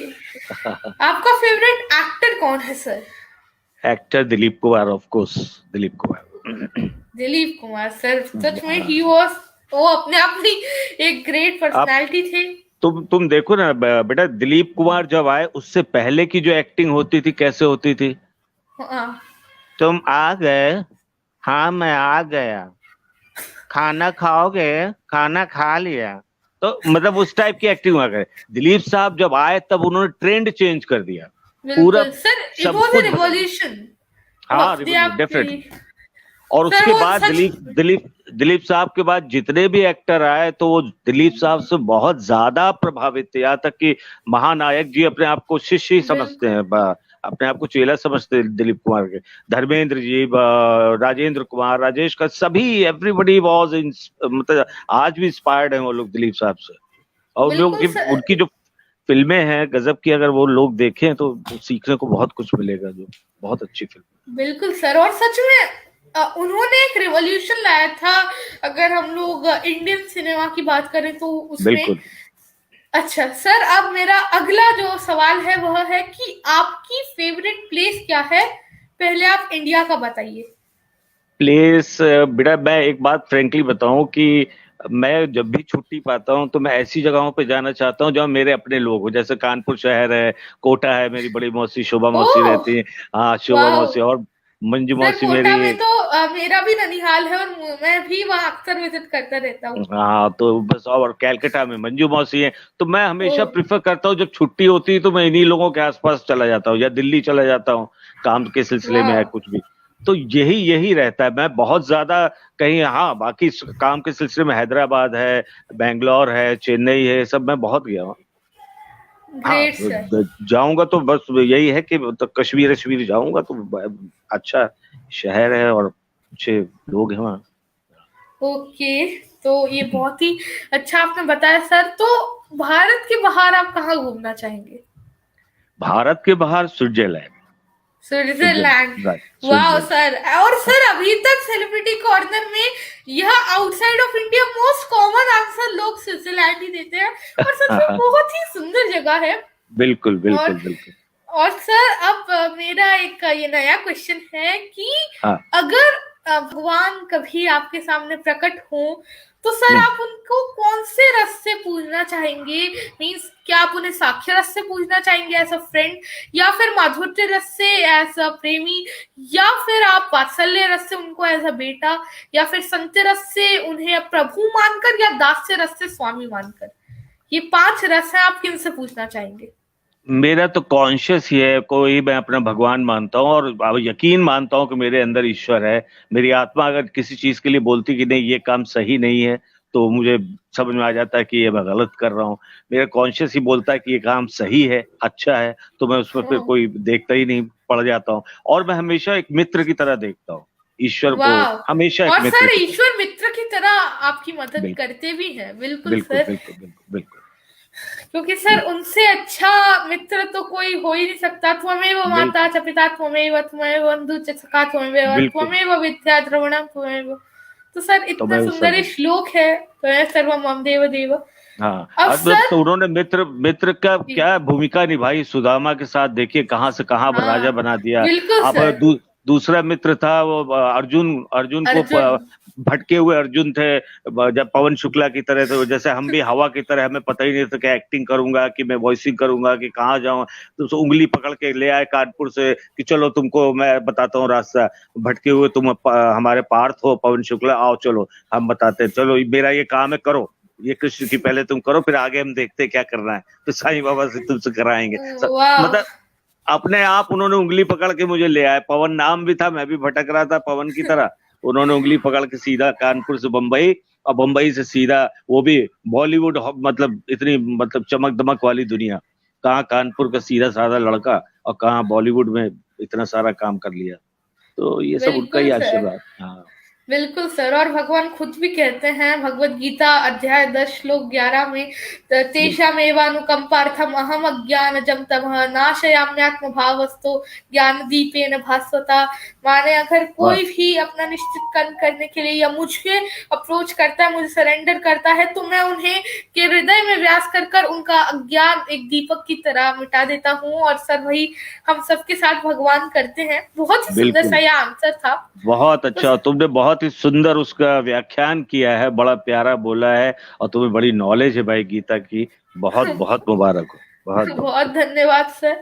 सर तो यहाँ पर चलिए ये राउंड एंड करते हैं। और मेरे पास आपके लिए एक स्पेशल क्वेश्चन है कि हम्म, सर जैसे नायक में भी आपने बहुत ग्रेट रोल किया है, तो सर उसमें आपसे मैं पूछना चाहूंगा कि एक दिन का सीएम नहीं, अगर आपको हम देश का एक दिन का प्रधानमंत्री बना दें, तो आप क्या क्या चीज करेंगे उस दिन में? आपके पास भी खाली 12 घंटे ही रहेंगे, तो आप क्या बिल्कुल। काम तो करेंगे? वो फिल्म भी मैंने अनिल कपूर जी के लिए डब की थी, जी नायक, रिश्ते, और ये हालांकि वो सेंसर प्रिंट के लिए थी, तो सर, मैं तो उसमें डेफिनेटली, आपने डबिंग किसकी की थी? मीन्स अनिल सर की अनिल की कपूर, थी? अनिल कपूर, अनिल कपूर। ओह सर, वो हाँ आप हाँ थे? हाँ हाँ, लेकिन सर वो मैंने दैट वो वाज सेंसर सर प्रिंट मैंने के वो लिए। हाँ फिल्म सर मैंने वो फिल्म मोर देन 100 टाइम्स देखी है। मेरी फेवरेट है वो। बहुत अच्छी फिल्म, बहुत अच्छी फिल्म। फिर रिश्ते में मैंने उनके लिए किया था। फिर एक फिल्म थी विरासत, उसमें तो शायद मेरी वॉइस रखी ही गई थी, क्योंकि अनिल जी के पास टाइम ही नहीं था उस समय। विरासत में एंड के सीन जहाँ परसे से अपने भाई की गर्दन काट देते हैं और रोते हैं, चिल्लाते हैं, तो वहां पे पायलट ट्रैक था ही नहीं। पायलट ट्रैक शायद तुम समझ रहे हो कि जो एक शूटिंग के जो एक रश प्रिंट्स होते हैं जिसमें हल्की हल्की हाँ धुंधली आवाज आती है, उसको फिर जी। हमने साउंड प्रूफ रूम में डब करते हैं, तो वो कुछ था ही नहीं, केवल वो लिप चल रहा है बस, क्या बोल रहे हैं ओ पता ही नहीं था। तो राही अपना वो थे बुशी रियाज साहब, उन्होंने कहा बेटा मेरी मदद करो, वो भी लखनऊ कानपुर के ही हैं, तो हमने कहा बताइए, तो कुछ तो बताइए अनिल जी ने क्या बोला, तो कह रहे हैं बेटा कुछ नहीं मालूम। मैंने कहा स्क्रिप्ट दीजिए, कुछ तो आइडिया दीजिए, तो रफली उन्होंने थोड़ा बहुत बताया कि तुम लोग लड़ाई झगड़ा ना करो गांव वालों, और तुम लोग प्यार से रहो, अपने बच्चों को शिक्षा दो। हमने कहा बस बस, अब बाकी हम कर लेंगे। 3 दिन लग गए मुझे लिप पकड़ने में कि क्या बोला है, ओ लिखा 3 दिन, 3 दिन स्क्रिप्ट लिखी कि एक एक वर्ड पकड़ के क्या बोला होगा अनिल जी ने। उसके बाद अनिल जी जिस दिन मैं कर रहा था, चौथे पांचवें दिन, तो अनिल जी आके बैठ गए थे पीछे, तो ओ अचानक मैं पलटा तो देखा अनिल कपूर बैठे। हमने कहा अरे, तो तब फिर टहलते हुए आए, अंदर आए, वो पूछने लगे नाम क्या है आपका, क्या करते हैं? मैंने कहा पवन शुक्ला, एक्टर हूँ। कहने लगे भाई मेरी आवाज की कॉपी तो बहुत सारे लोग करते हैं, लेकिन जो फील और इमोशंस की कॉपी, आपने जो इमोशंस पकड़े हैं, गजब, मान गया। फिर वो हमें गाड़ी के साथ, गाड़ी में बैठा के भी ले गए ओ आनंद डबिंग थिएटर में। उनका मेरी फिल्म है जिसमें श्रीदेवी जी थी और उर्मिला मातोंडकर थी, उसमें बॉस बने थी, अनिल जी ओ के बॉस था, यंग लड़का था, उसकी डबिंग उन्होंने कहा कि ये आप करें। तो ऐसे बहुत सारे किस्से हैं। तो आज वाह। सलमान खान की पहली फिल्म तो मेरी ही आवाज है, बीबी हो तो ओ ऐसी। हाँ, उसके बाद बीबी नंबर 1 में भी मैंने आवाज दी थी फॉर सेंसर प्रिंट, और फिर औजार में भी मैंने उनके लिए आवाज दी थी फॉर सेंसर प्रिंट। वाह। और बीबी हो तो ऐसी में है ही है। वाह, ये हाँ। Great sir. तो सर आप बताइए कि एक दिन का अगर आपको प्रधानमंत्री बना दिया जाए तो आप क्या करेंगे? मैं बिल्कुल वही करूंगा जो ईमानदारी के साथ अनिल कपूर जी ने किया था। हर जगह एक शिकायत बॉक्स रखूंगा और इमीडिएटली हर घंटे से कहूंगा लोगों को लेके आओ, कई डिपार्टमेंट में फैला दूंगा कि पढ़ो सबकी शिकायतें, नोट डाउन करो, जो सच में शिकायत के लायक है उनको फटाफट लाओ, उनको फौरन क्रियान्वित करो, फौरन के फौरन। तो ये बिल्कुल सही जो किया गया था उसमें फिल्म में, बिल्कुल, क्योंकि एक दिन में आप क्या कर सकते हैं, मैक्सिमम जो कर सकते हैं आप, कि कितनी जल्दी से जल्दी जो कर सके आप, तो कुछ ऐसा करके दिखा दे, क्योंकि एक दिन 24 घंटे मिले हैं आपको, आप उसमें बेस्ट जो देश के लिए आप कर सकते हैं, जो प्रदेश के लिए कर सकते हैं, वो करें आप। Great sir. और सर यहाँ पर मेरा एक और सवाल आ रहा है, हालांकि वो हमारा सेक्शन हो चुका है, but then to I last कि सर आपने कहा बीवी हो तो ऐसी, और बीवी हो तो बीवी नंबर 1 आपने 2 फिल्में सलमान खान सर के लिए की हैं, तो सर उसमें सेट पर ऐसा कोई वाकया हुआ या ऐसा कोई इंसिडेंट हुआ जो आपको याद करते हैं तो हंसी आती हो और अभी तक वो इंसिडेंट याद हो, ऐसा कोई इंसिडेंट? हंसी तो नहीं, लेकिन हाँ, जैसे स्टूडियो में हम कर रहे थे, मुझे बुला लिया था, बिहारी जी थे वहाँ पे, डायरेक्टर थे, तो उन्होंने कहा पवन आ जाए, कल हम लोग कर रहे एक फिल्म बीबी हो तो ऐसी, तो जरा एक यंग लड़का है सलमान करके, यंग लड़का है, उसकी डबिंग करनी है, तो आ जाओ। तो मैं पहुंच गया 10 बजे, B R dubbing theatre, B R Chopra ji का, तो वहां पहुंच गया, तो मैंने देखा कि हीरो जो लड़का पतला दुबला सा स्क्रीन पे दिख रहा था वही कर रहा है अपनी डबिंग, और सुबह से लगा हुआ है, एक सीन नहीं कर पा रहा है ढंग से, कभी एक लाइन होती है तो दूसरी लाइन बिगड़ जाती है, दूसरी होती है तो पहले बिगड़ जाती है, तो ऐसे लगा हुआ था। तो 1-2 घंटे बाद मैंने बिहारी जी से बोला, हमने कि क्या सर हमारा टाइम वेस्ट कर रहे हैं, अगर आपको अपने हीरो से ही कराना है तो why you have called me, हमें जाने दीजिए, छोड़िए। कह रहे अरे भाई समझा करो, वो सलीम भाई के बेटे, तो सलीम भाई से किसी को क्या समझ में आएगा, तो मैंने कहा कौन सलीम भाई, कह अरे भाई वो सलीम जावेद वाले सलीम भाई, हमने कहा हो, हमने कहा करते रहिए आप एक्सपेरिमेंट। तो फिर थोड़ी देर बाद उन्होंने रियलाइज किया और फिर गए सलमान भाई के पास, बोला कि सर ऐसा है कि इनको हमने आपकी डबिंग के लिए बुलाया था, इनको भी बुलाया था, तो क्या हम इनसे एक बार ट्राई कर लें? तो उन्होंने कहा हाँ या व्हाई नॉट, और बैठ गए वहां पे। तो मैं खड़ा हुआ, मैंने एक बार सुना और मैंने धड़ाक से पूरा का पूरा सीन एक बार में कर दिया, क्योंकि सुबह से मैं देख रहा था, तो एक ही बार में मैंने पूरा सीन कर दिया। तो सलमान भाई उठे एकदम, कह रहे कीप इट अप, और कह के चले गए सीधा, ये भी नहीं बोले कि मैं करूंगा कि ये करेंगे, इतना सेटिस्फाइड हो गए थे पहली बार में, कहने लगे अब मैं नहीं कर पाऊंगा, ये बेस्ट है, इनसे ही कराइए आप, निकल। वाह, ग्रेट सर। ये हुआ सच में। तो आप वापस आते हैं हमारे सेक्शन पर, तो सर बचपन में हर इंसान का कुछ ना कुछ सपना होता है, और कुछ लोगों के पूरे होते हैं, कुछ के नहीं होते हैं, तो सर बचपन में आपका क्या सपना था, ये जानना चाहेंगे? मैं तो पहले तो एयरफोर्स में जाना चाहता था, जब मैं बहुत छोटा था, फोटो भी खिंचाई थी, छोटा बच्चा था और यूं करके फोटो खिंचाई थी, तो प्लेन देखता था तो मैं बहुत एक्साइटेड होता, बड़ा ही उछलने लगता था, छोटा सा था, तो मैं जाना चाहता था। लेकिन मुझे ये लगता है कि अगर मेरे पापा जिंदा होते, अगर वो, तो मैं पक्की बात है एक टॉप का सर्जन होता उनके अंडर में 100%। लेकिन क्योंकि वो वहाँ कानपुर में उनका देहांत हो गया, तो फिर माँ यहाँ थी बम्बई में, तो माँ फिल्म लाइन में थी, तो किसी तरीके से कुछ ईश्वर ने हाथ पकड़ के वही रास्ता दिखा के बम्बई ले आए। बम्बई में ऑप्शन कुछ नहीं था, पढ़ाई वढ़ाई में उतना इंटरेस्ट नहीं था, पढ़ाई वढ़ाई जब तक की बहुत ईमानदारी से अच्छी की, उसके बाद जब लगा कि पढ़ाई से हमारा कुछ होने वाला नहीं है, हमें कौन सा डॉक्टर बनना है या कौन सा इंजीनियर बनना है, तो क्या करें, तो बस एक्टिंग में लगे, तो बहुत तारीफें मिलने लगी, सब कुछ मिलने, तो रास्ता ईश्वर ने दिखाया, बस एक्टिंग में जिधर हवा बही उधर पवन चल दिए, बस। Great sir. तो सर आप ऐसी कोई चीज बताइए जो आप करना चाहते थे या करना चाहते हैं या कर नहीं पाए, कोई ऐसी चीज जो आप करना चाहते थे और कर। एक कहानी थी मेरी, मैं प्रोपराइटर भी था एक कॉस्मोस प्रेजेंटेशन करके, उसमें शस्त्र मेरी कहानी थी और मैं ही उसे प्रोड्यूस कर रहा था। तो सपना तो है आज नहीं तो कल की फिल्म प्रोड्यूस करूंगा या कुछ डायरेक्ट करूंगा, क्योंकि अभी इतने सालों रहते रहते काफी नॉलेज हो गई फिल्म इंडस्ट्री की। तो बिल्कुल ऐसा मौका मिला तो बिल्कुल करूंगा इसी क्षेत्र में कुछ ना कुछ, बिल्कुल या देश के लिए अगर मुझे कुछ करना पड़ा तो मैं डेफिनेटली, क्योंकि मेरे नाना जी member of parliament, MLA, MLC कई साल रहे हैं, बिल्कुल राजा राम शास्त्री जी। तो मैं डेफिनेटली अगर मुझे कहीं अच्छा काम करने का, देश के लिए कुछ काम करने का मौका मिला, आम आदमियों के लिए काम करने का मौका मिला, तो मैं डेफिनेटली पॉलिटिक्स ज्वाइन करूंगा, कुछ बेहतर करने की कोशिश करूंगा देश के लिए। Wow sir, great. और अब ऐसी कोई चीज जो आप नहीं करना चाहते थे फिर भी आपने करी और आपको बाद में वह अच्छी लगने लगी, ऐसी कोई चीज?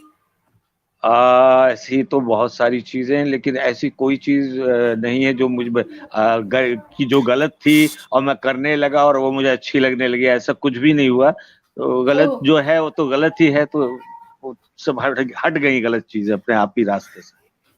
वाह। तो सर आपकी स्ट्रेंथ्स क्या क्या है, आपकी जो ताकत है?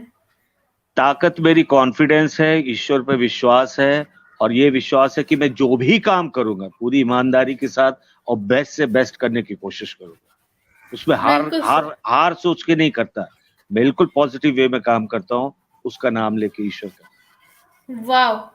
तो सर अब ये आपसे पूछना चाहूंगा, अगर आप बताना चाहें कि आपकी वीकनेसेस क्या क्या है? वीकनेसेस, अब क्योंकि हम इंसान हैं, एक आम आदमी हैं, तो 50 वीकनेस होती हैं, बहुत इमोशनल भी होते हैं, बड़ी जल्दी हर्ट भी हो जाते हैं।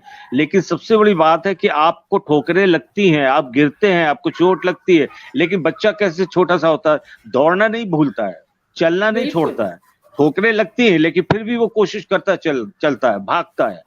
तो बच्चों की तरह रहना चाहिए। चींटी कितनी बार एक छोटा सा दांत मुंह में दबा के, कितनी बार आप ऑब्जर्व करिए, कितनी बार गिरती है, फिर चढ़ने की कोशिश करती है, फिर गिरती है, लेकिन वो शक्कर का एक ढेला लेके जाती है, चढ़ती है। देखिए, ऐसा नहीं कि गिरने के डर से प्रयास करना छोड़ देती है। तो मैं तो हमेशा ही मानता हूँ कि लोग गिरे नहीं। और जीवन में एक बात बताऊं मैं, इंसान को हमेशा सक्सेस मिलती जाए, और हमेशा तो ये अच्छा नहीं है। कभी कभी फेलियर भी एहसास करना चाहिए कि फेलियर क्या होता है, और फेलियर होके फिर पूरी ईमानदारी के साथ फिर 2 कदम पीछे हटके फिर छलांग मारिए, आप फिर तगड़ी कोशिश करिए। ये नहीं कि फेलियर से आप हताश हो जाओ, निराश हो जाओ। 2 कदम पीछे हटके, तो फेलियर को जिसने जब्त करना सीख लिया ना, खुशियां तो सब बर्दाश्त कर लेते हैं, सब कुछ कर लेते हैं, और सक्सेस बर्दाश्त कर लेते हैं, लेकिन फेलियर हर आदमी बर्दाश्त नहीं कर पाता। तो फेलियर से सीखने की कोशिश करनी चाहिए, और अपनी गलतियों से सीखने की कोशिश करनी चाहिए, और जबरदस्त छलांग और लंबी लगानी चाहिए, और फुल कॉन्फिडेंस के साथ, बिना कोई खामी के, बिना कोई कमी के। वाह, सच में सर आपने बहुत ही ग्रेट चीज कही कि इंसान को कभी भी प्रयास करना नहीं छोड़ना चाहिए। और सर इसके लिए मार्टिन लूथर किंग सर ने भी कहा है कि if you can not run walk, if you can not walk crawl, so but don't never stop moving. माने आगे बढ़ना कभी भी आपको रुकना नहीं चाहिए, हमेशा चलते रहना चाहिए, प्रयास करते हमें रहने चाहिए। तो सर अब आपसे पूछना चाहूंगा कि आज के जितने भी बच्चे हैं या युवा पीढ़ी है, उनमें संस्कृति जो है, भारतीय संस्कृति, वह कहीं ना कहीं लुप्त होती जा रही है। तो इसके बारे में आप क्या कहना चाहेंगे? हाँ, ज्यादा से ज्यादा आप लुप्त तो हो ही रहे हैं, पाश्चात्य सभ्यता की ओर झुकाव ज्यादा है। तो मैं कहूंगा कि लौटिए अपने अपने अपने शास्त्रों की तरफ देखें, अपने पुरुषोत्तम राम को देखें, कृष्ण को देखें, साईं को देखें। अपने बहुत कुछ है सीखने के लिए। पूरा हम लोगों को मिसगाइड किया गया है, ये फॉरेनर्स आए, ब्रिटिशर्स ने राज किया, सब कुछ किया, इतना फैला हुआ देश, और यहाँ पर हुआ क्या कि हम लोग इमोशनली बहुत कमजोर हैं। धर्म के नाम पे लड़ा दिए जाते हैं, जात के नाम पे लड़ा दिए जाते हैं। सालों साल से हम लोग यही करते आए, लड़ते आए, और हम लोग में वीकनेस ये है कि हम इतने कमजोर हैं कि जैसे मैंने हमेशा देखा, एक फिलोसोफर ने कहा है कि अगर किसी ने जिंदगी में एक लाइन खींची है लंबी सी, तो होता क्या है कि हम टांग पकड़ के उसे खींचने लगते हैं, उस लाइन को रब करने की कोशिश करते हैं, अपनी पूरी एनर्जी लगा देते हैं उसे रब करने में, उसे छोटा करने में, इंसान को नीचे गिराने में। अरे भाई, इंसान को अगर नीचे गिराना है तो लाइन जो खींची है उसने जिंदगी में सक्सेस की, उसके बगल में एक लंबी सी लाइन खींच दो ना, तो वो अपने आप छोटी हो जाएगी। अपनी एनर्जी उसको रब करने में क्यों कर रहे हो, उसको नीचा घसीटने में क्यों लगा रहे हो? आप खुद बड़े बन जाओ तो अपने आप वो छोटा हो जाएगा। तो ये सबको समझनी चाहिए, हर बच्चे को, हर जवान को, देश के सारे लोगों को, कि भाई अपने आप को बनाने की कोशिश करो, कंपटीशन करो स्वयं से। बिल्कुल सर। अहम ब्रह्मास्मि कहा गया है, बिल्कुल शास्त्रों में कहा गया है कि जो है हम खुद हैं भाई, पहले अपने आप को संवारे आप। बिल्कुल सर, और सच में आपने बिल्कुल सही कहा। अब भारत में हमें धर्म के नाम पर, जात के नाम पर लड़ा दिया जाता है, जबकि भगवान खुद भगवत गीता अध्याय 4 के श्लोक 13 में कहते हैं, चतुर्वर्णम मया शिष्टम गुण कर्मा विभागसः तस्य कर्तारमपि मां विद्य कर्तारम अव्ययम्। और साथ में आप पाश्चात्य देशों में देखें तो वह क्या कर रहे हैं, हरिनाम संकीर्तन पर वह नाच रहे हैं, हल्दी का दूध पी रहे हैं, पत्तल धोने में खाना खा रहे हैं। और अब आजकल भारत में टूथपेस्ट वाले पूछते हैं क्या आपके टूथपेस्ट में नमक है।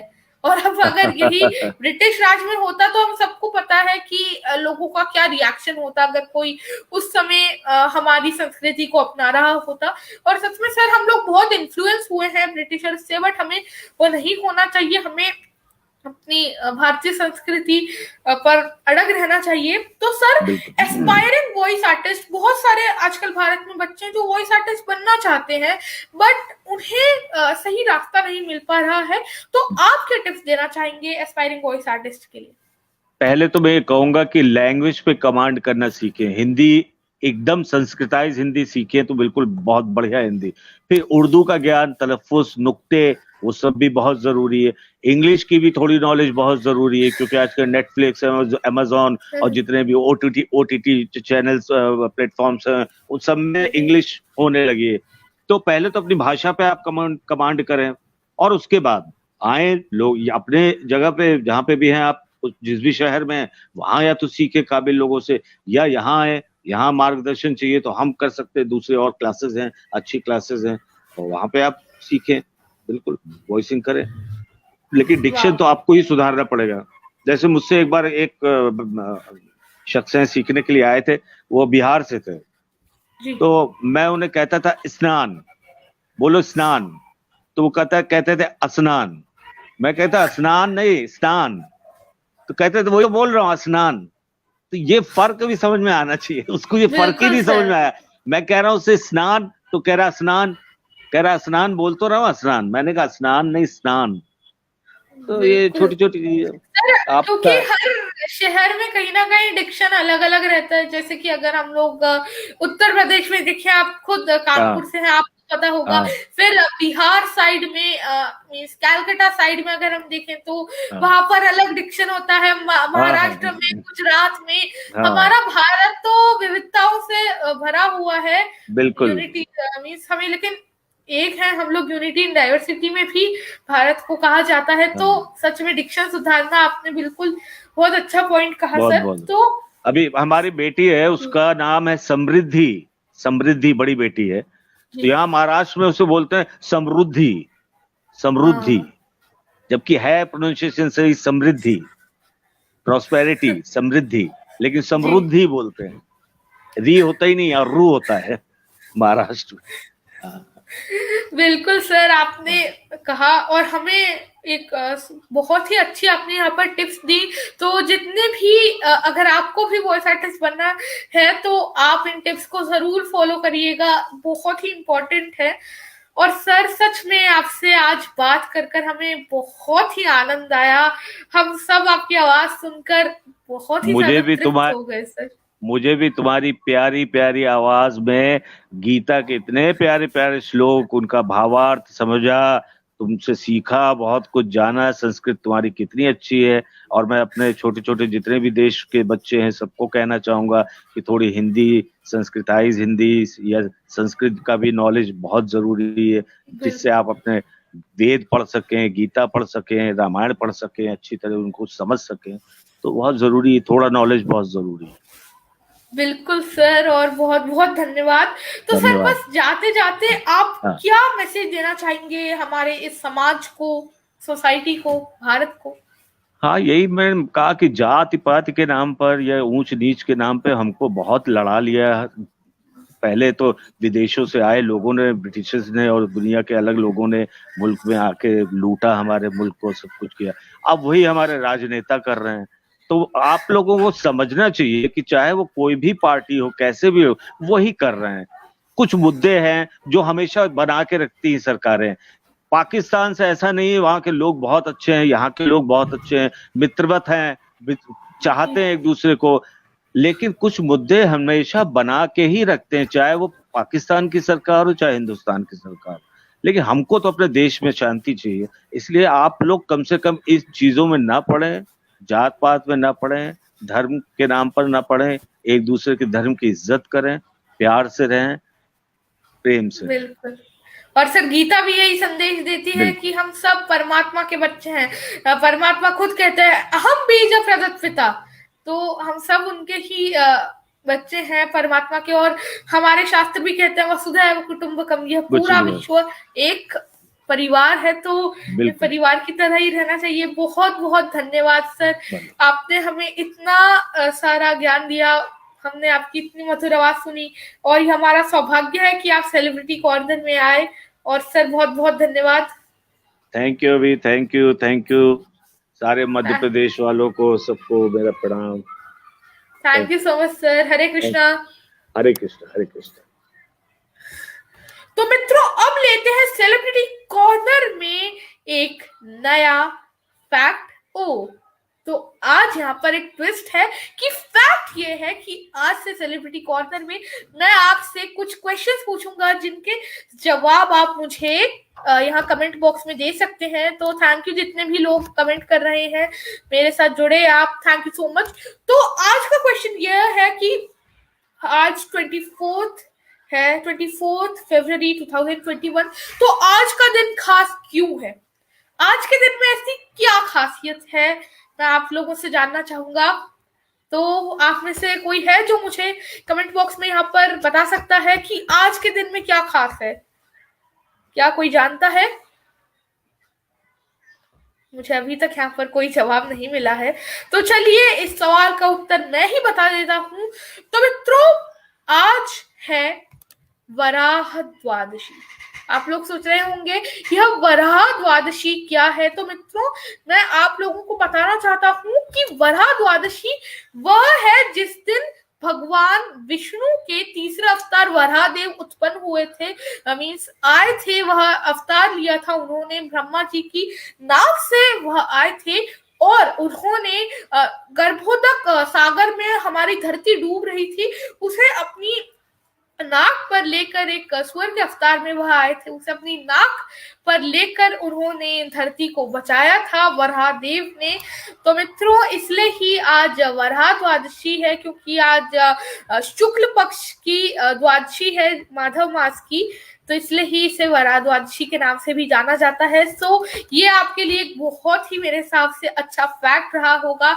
तो मित्रों आप सभी का बहुत बहुत धन्यवाद कि आप सभी लोग मेरे साथ पूरे शो में जुड़े रहे, और बहुत बहुत धन्यवाद आप सभी का। और आज हमारे साथ थे पवन सर, करीब से हमने बहुत सारी बातें, इनके एक्सपीरियंसेस जाने, इनसे बहुत सारे इंटरेस्टिंग सवाल भी पूछे, साथ ही साथ इनकी मधुर और मेसमराइजिंग आवाज भी हमने सुनी। तो चलिए अब मैं आप सभी से विदा लेना चाहूंगा। नमस्कार, जय श्री राम, जय हनुमान, हरे कृष्णा, हरि बोल, जय श्री कृष्ण।